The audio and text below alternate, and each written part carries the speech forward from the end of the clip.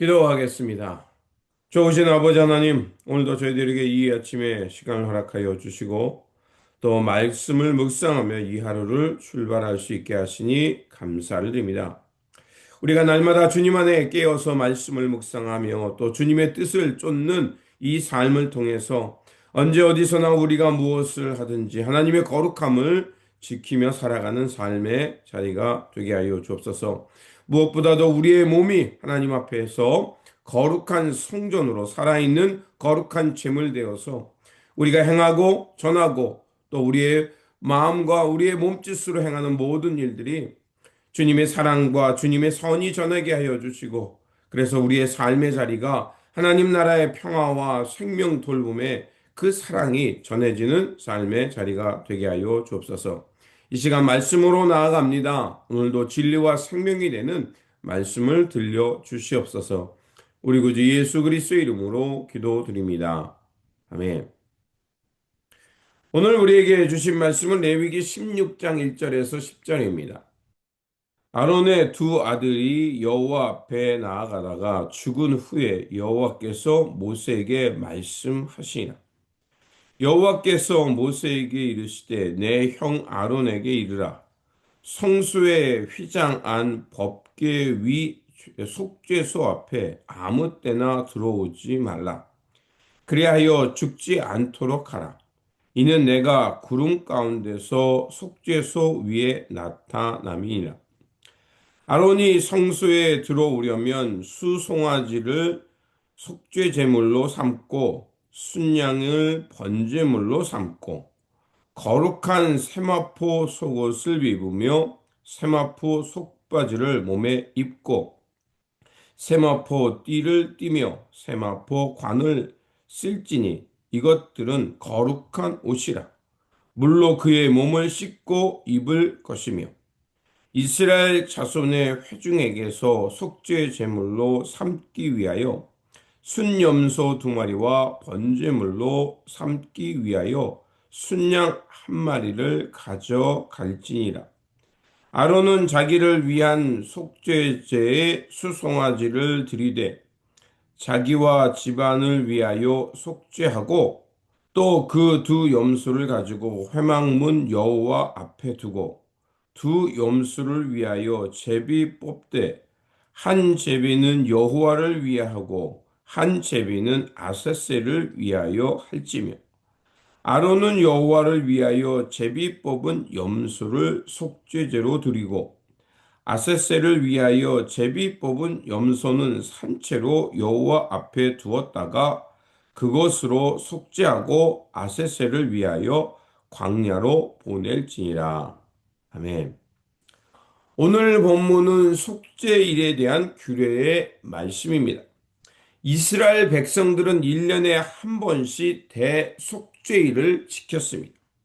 대속죄일을 지킨다는 것은 온 백성들이 하나님의 이 성소 앞에 나와서 그 한 해를 돌아보면서 하나님 앞에서 범죄한 것, 하나님 앞에서 죄를 지었던 것을 다 하나님 앞에 고백하고, 그리고 이 대제사장이 제물을 가지고 하나님이 계신 지성소로 들어가서 속죄함을 받은 후에 백성들에게 그 지난날의 죄가 용서되었음을 선포하고 아세스를 광야로 보내면서 이제 이스라엘 회중 가운데 죄가 이렇게 그 아세셀이 광야로 나간 것처럼 죄가 멀어졌다라는 것을 기념하는 것이 바로 대속죄일이었습니다. 그런데 하나님은 먼저 성소에 함부로 들어오지 말라고 금하십니다.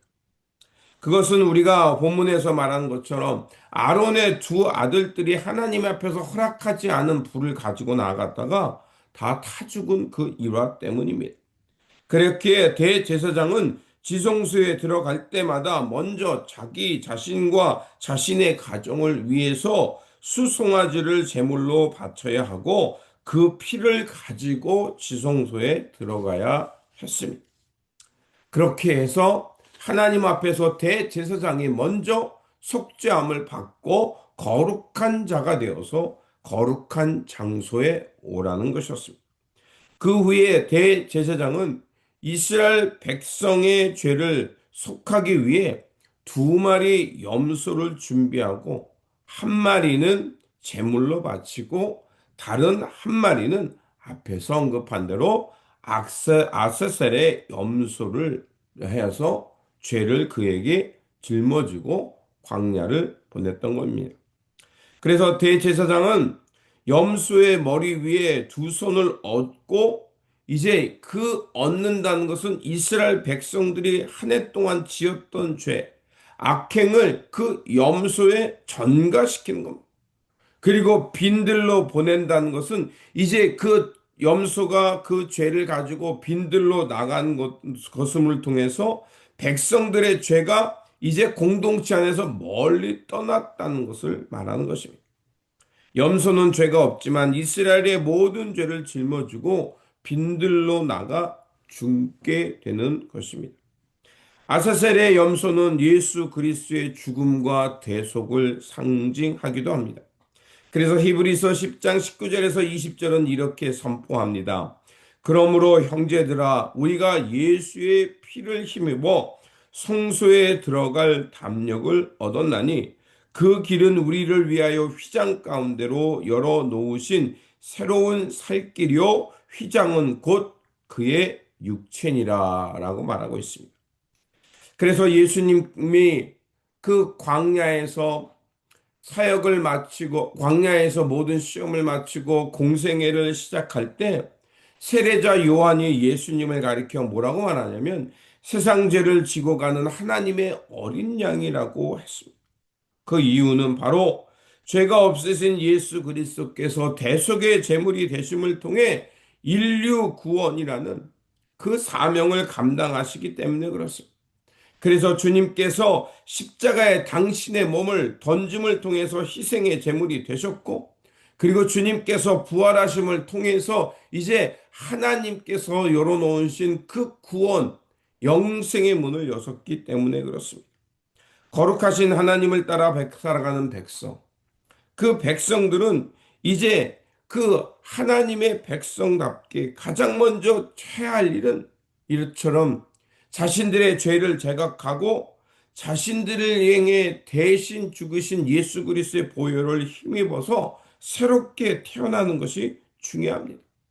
그래서 주님과 함께 거듭난 몸으로 신령한 몸이 되어서 예수 그리스도께서 이루고자 하셨던 하나님 나라의 완성을 향해 살아가는 것이야말로 하나님의 백성다움입니다.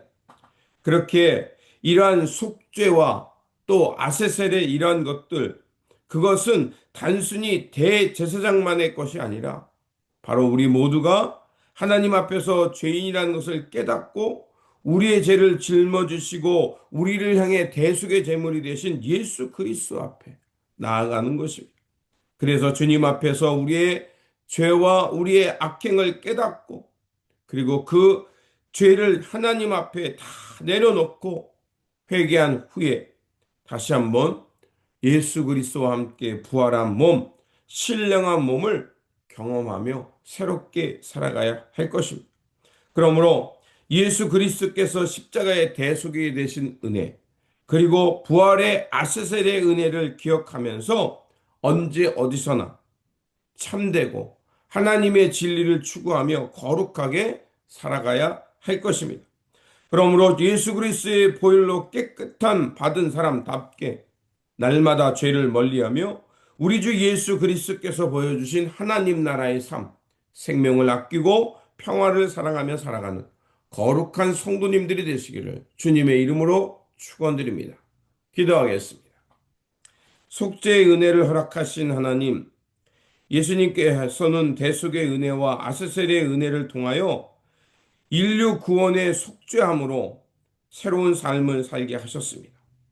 예수 그리스도의 십자가의 보혈과 부활로 우리가 주님 안에서 새로운 피조물이 되었사오니 이제 죄와 사망에서 벗어나 언제 어디서나 생명을 사랑하며 하나님 나라의 평화와 하나님 나라의 생명 살림을 향해 살아가는 거룩한 삶이 되게 하여 주옵소서. 혹 우리가 죄로 인하여 연약하고 넘어졌을 때 그냥 내버려 두지 마시고 성령으로 오셔서 우리를 더욱 도우셔서 다시 일어나 거룩한 마음으로 주님 앞에서 순결하고 거룩하고 하나님의 백성답게 살아가는 우리의 모습이 되게 하여 주옵소서.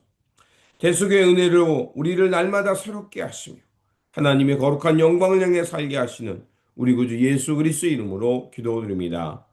아멘.